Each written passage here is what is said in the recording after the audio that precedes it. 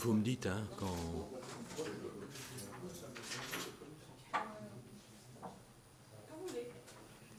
Hop, top départ.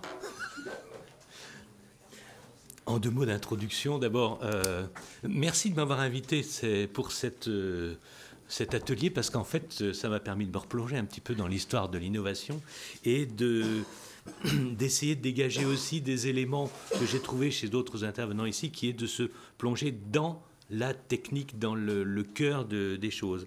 Et pourquoi j'ai choisi Tweddell, lui aussi illustre inconnu, vous allez voir, c'est pour la jeunesse, pour l'opportunité, pour le succès, pour la rapidité, plein de choses que j'ai trouvées particulièrement intéressantes chez ce bonhomme.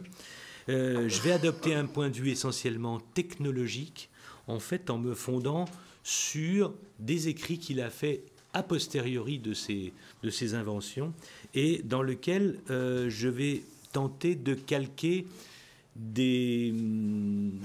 un peu des modèles heuristiques tels que ceux développés par Abraham Moll il y a pas mal d'années maintenant. Alors, en guise d'introduction, première partie, qui est Tweddell?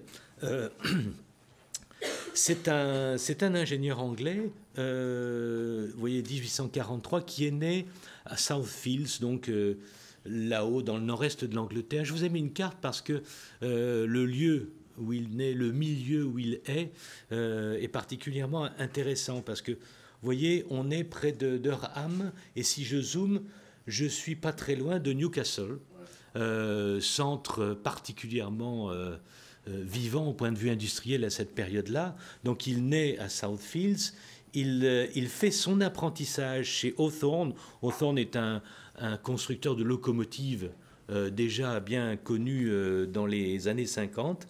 Et puis, en 1865, c'est-à-dire il a guère plus de 20 ans, il va mettre au point sa première riveuse hydraulique fixe, et qu'il va faire fabriquer chez Thomson et Boyd à Newcastle. En 1867, il est membre de l'Institution of Mechanical Engineers. Il est admis à l'âge donc de 24 ans. J'insiste sur cet âge parce qu'il va mourir à 42 ans, avec une carrière assez rapide, mais qui n'est pas extrêmement extraordinaire, si on veut. C'est quelque chose de relativement courant chez les ingénieurs anglais de cette époque-là. Et ensuite, une fois que la première riveuse va avoir un peu de succès, il va faire fabriquer ses machines à river chez Fielding & Platt à Gloucester. Donc là, on va descendre vraiment plus dans le sud, et après, sa carrière va se poursuivre plutôt sur Londres. Alors voilà très rapidement il n'a pas démarré le truc.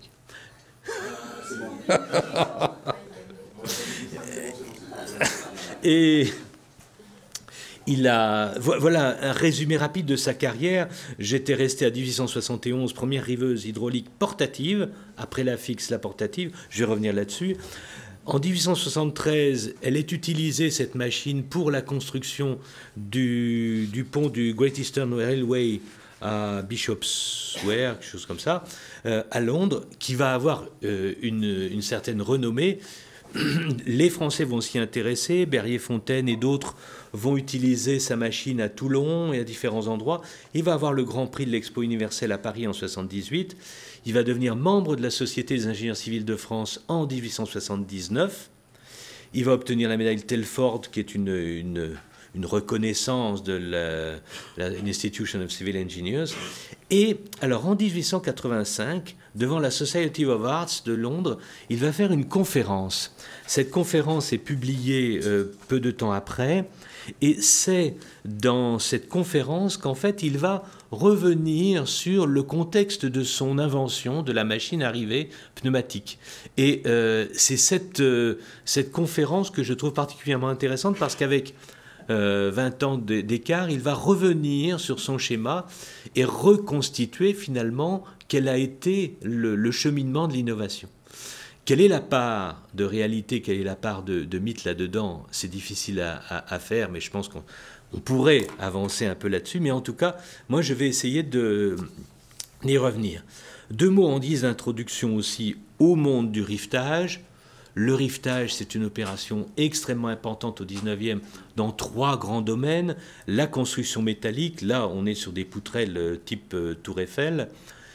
La chaudronnerie, essentiellement les chaudières de locomotives. On est sur la construction métallique, il faut simplement assembler. Dans la chaudronnerie, il faut en plus assurer l'étanchéité et la résistance à la pression. Mais on est dans l'époque, dans les années 1830-40, où se développe la machine à vapeur, donc c'est très très important. Et enfin, la construction navale, dans laquelle on a aussi beaucoup besoin d'assembler des rivets. 3 domaines dans lesquels quand même les besoins sont un petit peu différents. Je vous montre cette image de riveur à la Tour Eiffel. Juste un petit détail. J'utilise, comme dans le monde industriel, le terme de rivetage, riveur, riveuse. Aujourd'hui, le terme qui est le plus employé si vous allez chez Leroy Merlin est une riveteuse, parce que, ça c'est tout intéressant, au 19e, on a des ouvriers qui rivent, donc ce sont des riveurs. Les machines qui rivent, ce sont des riveuses. Plus tard, le terme de riveur vont tomber en désuétude, et au XXe siècle, on va reconstituer un nouveau mot à partir du rivet et non plus à partir de l'opération. Et on va voir apparaître riveteur, riveteuse. Mais dans le domaine industriel, on utilise toujours le terme de riveur et de riveuse. Donc une équipe, on le voit bien là-dessus, il y a en général 4 personnes. À droite, le chauffeur de rivet. Derrière, là, le teneur de tas, celui qui va maintenir le rivet pendant que l'autre va frapper, celui qui tient le rivet pendant que l'autre va frapper, et enfin le frappeur, avec tout un tas de cheminements à l'intérieur de l'équipe. Allez, je vous ai quand même amené 3-4 rivets, c'est pas à manger. Non, je suis désolé, j'ai pas pu remettre la main sur des rivets de taille à peu près correcte, donc ce sont ce qu'on a dans l'industrie des tout petits rivets. Mais si vous les sous-pesez, vous allez comprendre ce que ça peut représenter lorsque vous avez sur un assemblage comme ça un rivet dont le fût va faire 30 ou 40 mm. C'est très lourd et on comprend très facilement qu'il faut une force assez importante pour le maintenir. Bien, donc cette opération coûte cher, est longue, parce que 4 ouvriers, qui en plus ont des pratiques, disons qu'ils font un peu ce qu'ils veulent souvent, ils peuvent bloquer une chaîne de construction navale, etc. Et donc, on va chercher très tôt à inventer des machines pour faire cette opération. Le premier qui va s'y atteler, ça va être William Fairbairn, on est en 1838, et là, il va inventer une machine mécanique avec un transfert classique. Il prend une poinçonneuse et il remplace le poinçon par une boutterole, cette partie qui est ici, et donc on va pouvoir assembler les rivets voilà, de manière mécanique. Bon, c'est un peu compliqué, c'est pas très pratique parce que le rythme est fixe, etc. Donc on va essayer de développer d'autres techniques, et notamment la vapeur. Et vers 1857, Gouin et d'autres vont inventer, je vous la fais rapide pour arriver au cœur du problème, des machines dans lesquelles on va remplacer l'opération mécanique par l'injection de vapeur, la vapeur sur un piston venant écraser le rivet. Bien. Voilà une autre machine à vapeur qui sert au pont tubulaire de Conway et de Britannia. J'en arrive à mon processus et je vais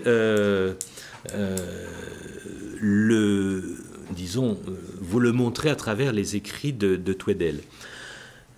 Abraham Moll avait beaucoup travaillé sur la créativité. C'était un psychologue, ingénieur au départ, acousticien, puis psychologue social.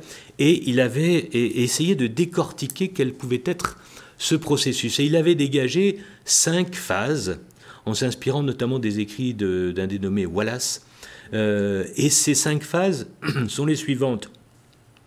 Information, je me renseigne, je me documente, je vais voir qu'est-ce qu'il y a à droite et à gauche.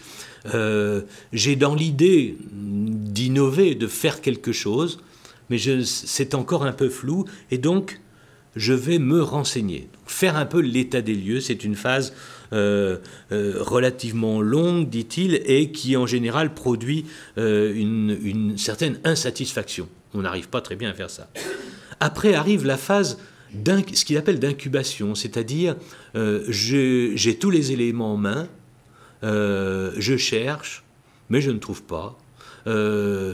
Je pense à ça jour et nuit, mais rien ne vient. C'est un moment où, dit-il aussi à d'autres endroits, il vaut mieux partir en vacances, penser à autre chose, et c'est à un moment donné, lorsque les circonstances se font favorables, etc., que se produira l'illumination.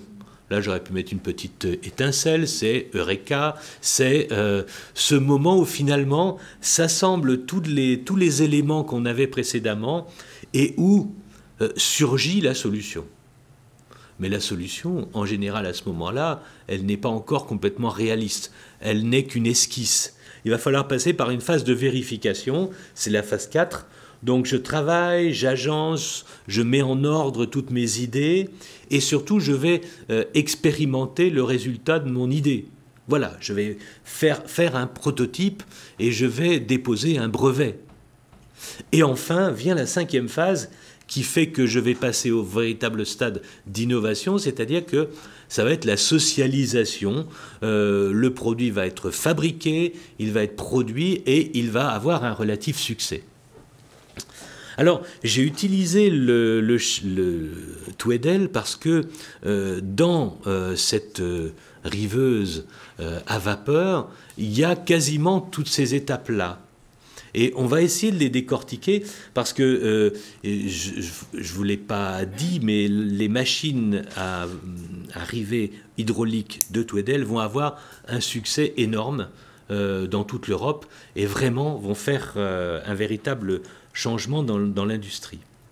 Alors ce récit de l'invention, il le publie donc dans le Journal of Society of Arts en 1885.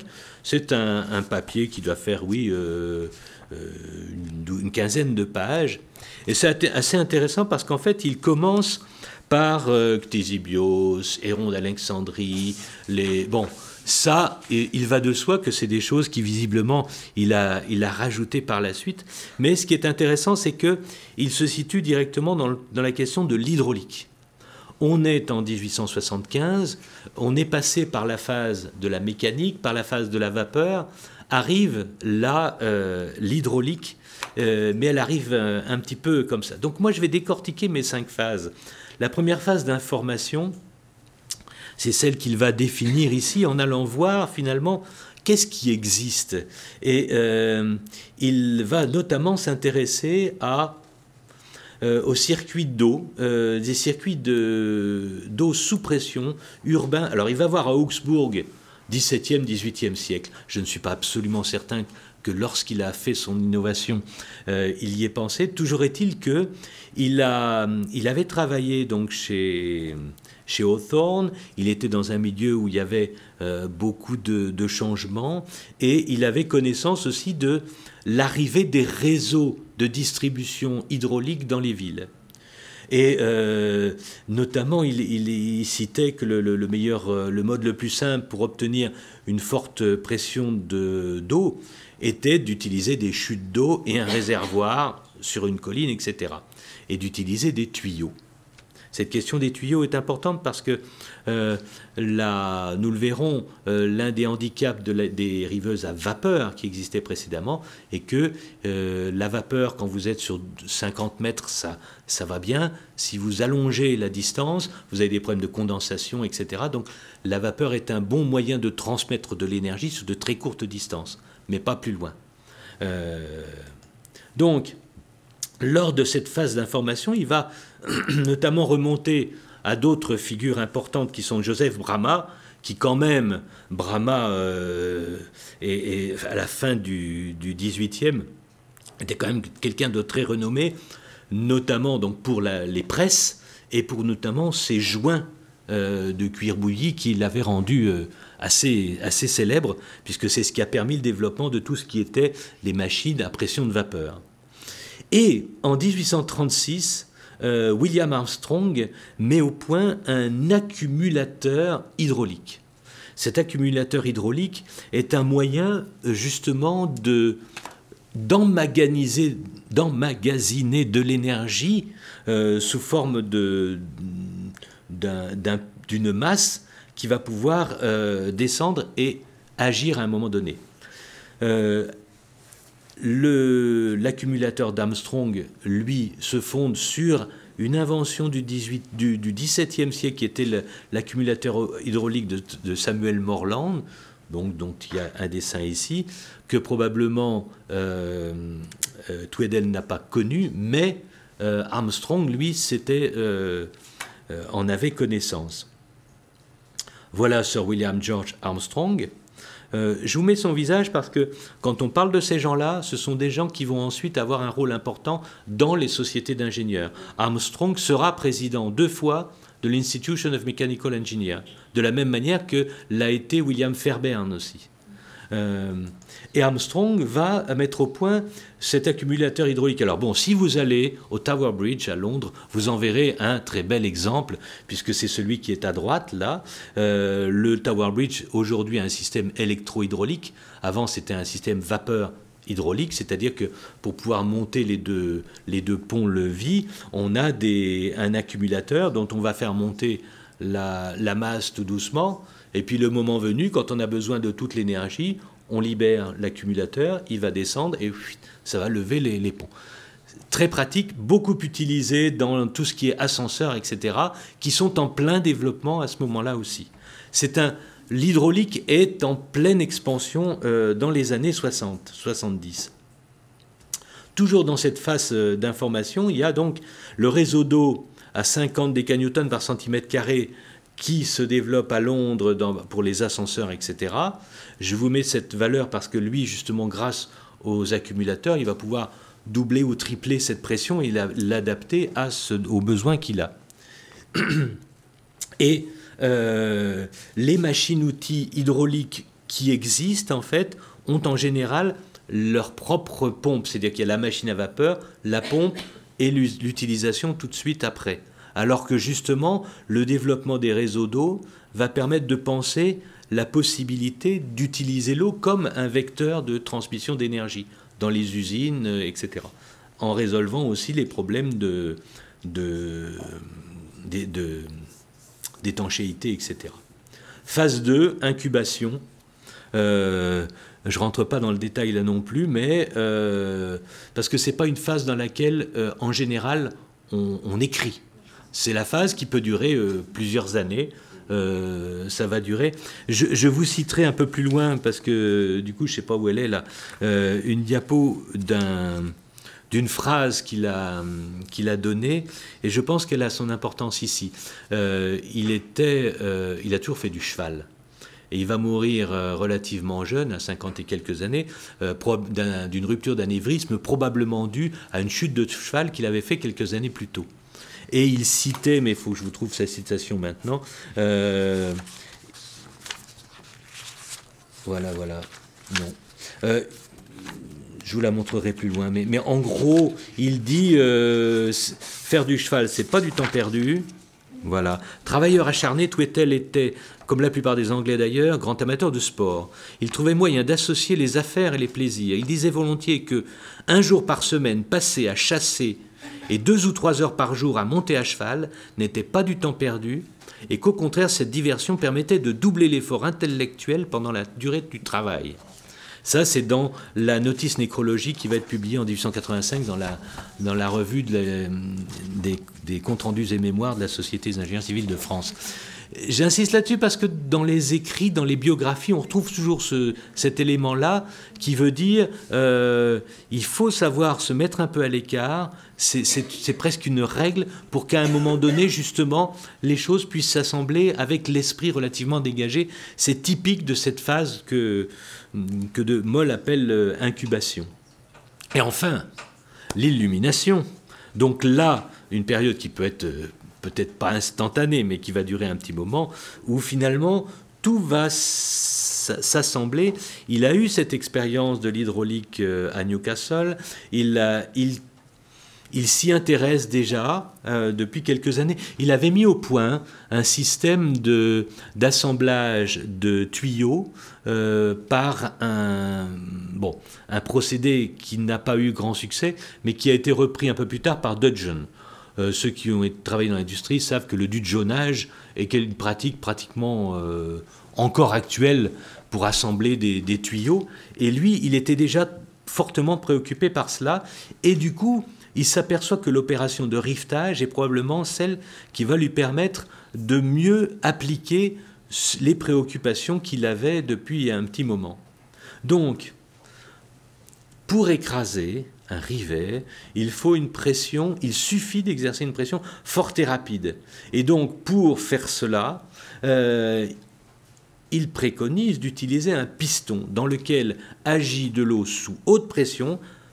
Et je vous disais tout à l'heure 50 décanewtons dans la distribution. Là, il va utiliser plus de 100, voire 150 décanewtons par centimètre carré, grâce à l'utilisation d'un cylindre de petit diamètre.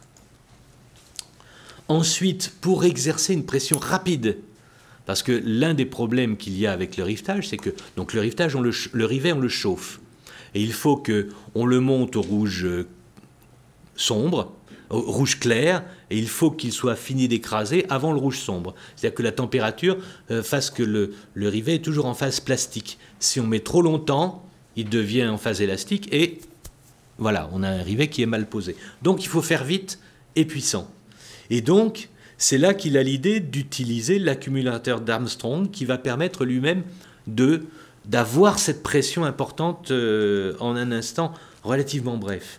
Et du coup, à partir de l'accumulateur d'Armstrong, il va mettre au point un accumulateur différentiel. Je ne rentre pas dans les détails, simplement il va avoir...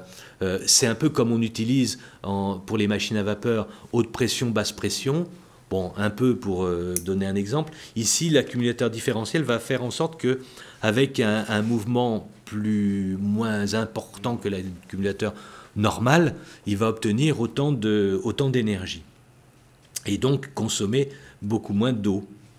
Et en fait, il ne reste plus qu'à faire un assemblage entre la structure des machines arrivées à vapeur qui existaient auparavant, et d'y ajouter le cylindre de petit diamètre de l'eau sous pression pour obtenir sa machine. Alors vous voyez ici dans la riveuse à vapeur, le cylindre est très important. Il fait à peu près pas loin d'1 mètre de diamètre.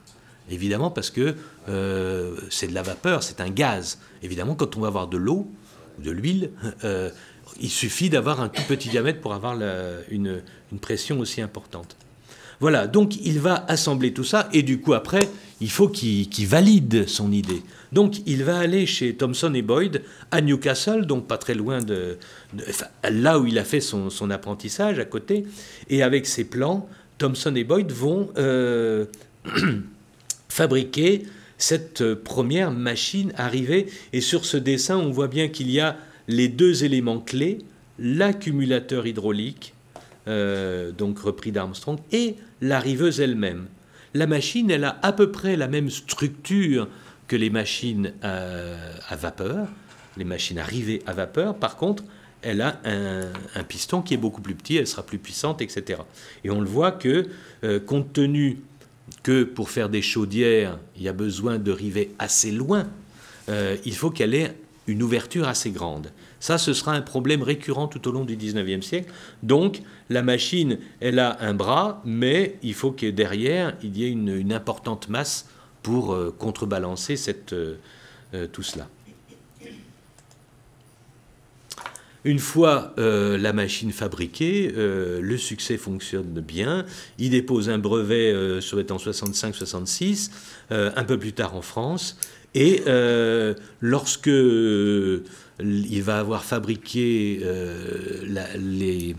le pont à Londres, et bien du coup, il va faire fabriquer ces machines par Fielding & Platt, alors à Gloucester, qui est beaucoup plus au sud. Et ça va être le début d'un énorme succès, et notamment du passage donc, de la riveuse hydraulique fixe telle que vous l'avez là. Ça, c'est la riveuse qui a été acquise pour la fabrication des chaudières de locomotives aux usines du Creusot, donc en 1875. Elle est encore fabriquée en Angleterre, mais après, il y en aura d'autres qui sont fabriquées en France. Et voici à quoi ça ressemble dans l'atelier. Vous voyez ici la chaudière qui est suspendue, et ici on ne voit que les bras extérieurs de la riveuse. Je fais juste une petite parenthèse, mais lorsque j'avais travaillé là-dessus, j'avais aussi, puisque c'était un travail que j'avais fait pour ma thèse il y a très longtemps, cette image qui était dans l'album de 1880 est très intéressante. Elle était un peu le symbole de la modernité, puisqu'on va utiliser ces machines-là. J'ai pu, grâce à de vieux riveurs, de vieux chaudronniers, j'ai posé la question de l'utilisation de cette machine, notamment au début du XXe siècle, et finalement, de mémoire orale, elle n'avait pas été tellement utilisée. Elle a été pratique pendant la guerre, parce que justement, il y avait une fosse, on a pu planquer pas mal de choses en dessous, sans que personne le sache. Et en fait, chaque fois qu'il y avait un personnage officiel qui passait, on faisait marcher la machine à vapeur, la riveuse à vapeur, parce que c'était vraiment un symbole d'innovation, etc. Le problème, c'est que au fur et à mesure du 19e siècle, au fur et à mesure du développement des locomotives, l'opération du rivetage étant tellement coûteuse, on a essayé de faire des tôles de plus en plus grandes. Et donc, le bras, souvent, s'est trouvé trop petit pour assembler les pièces. Et donc, on a continué à assembler à la main. Donc, il y a un peu là aussi de la légende, mais ça fait rien. Si c'est pas dans les machines, dans les chaudières que ça a marché, les riveuses ont eu un grand succès dans la construction métallique, puisque là, on a souvent des poutrelles, donc on n'a pas besoin d'un grand bras. Donc, voilà ce qui était publié dans la marine à l'exposition universelle de 1878, puisqu'on l'utilisait aussi pour des coques de navires, la machine fixe et les machines mobiles. C'est-à-dire qu'après, il va développer plein d'autres machines, des cisailles hydrauliques, des machines à poinçonner, tout un ensemble de machines, puisqu'à partir du moment où on va apporter des réseaux d'eau dans l'usine, eh bien, on va pouvoir faire d'autres choses. C'est ce qui va se passer 20 ou 30 ans plus tard avec le pneumatique, qui existe toujours aujourd'hui, ou avec l'électricité. Et on a ces différentes vagues d'énergie dans l'usine qui vont passer. Donc voilà la machine classique de Tweedale.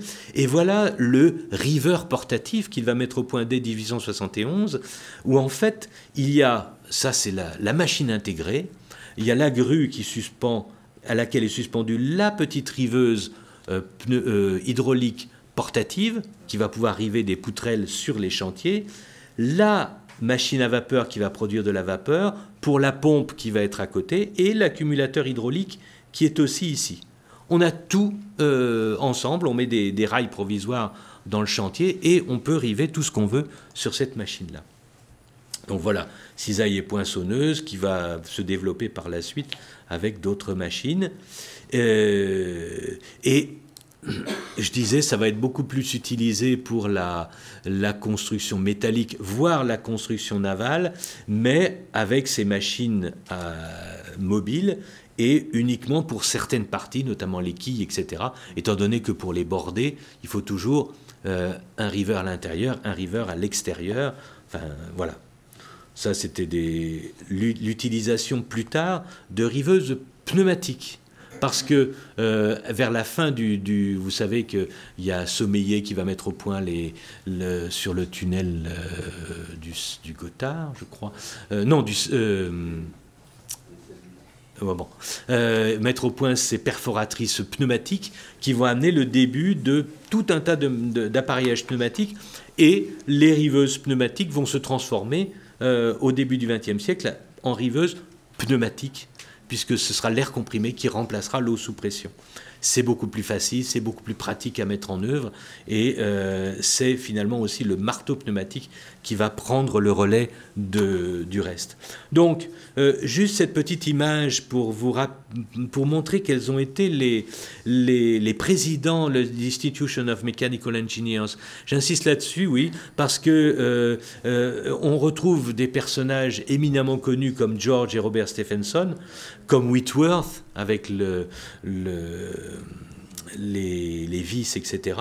Mais William Fairbairn, qui était l'inventeur de la première machine à rivet, Armstrong, qui sera 2 fois président, William Siemens à la fin, j'ai mis que les premiers.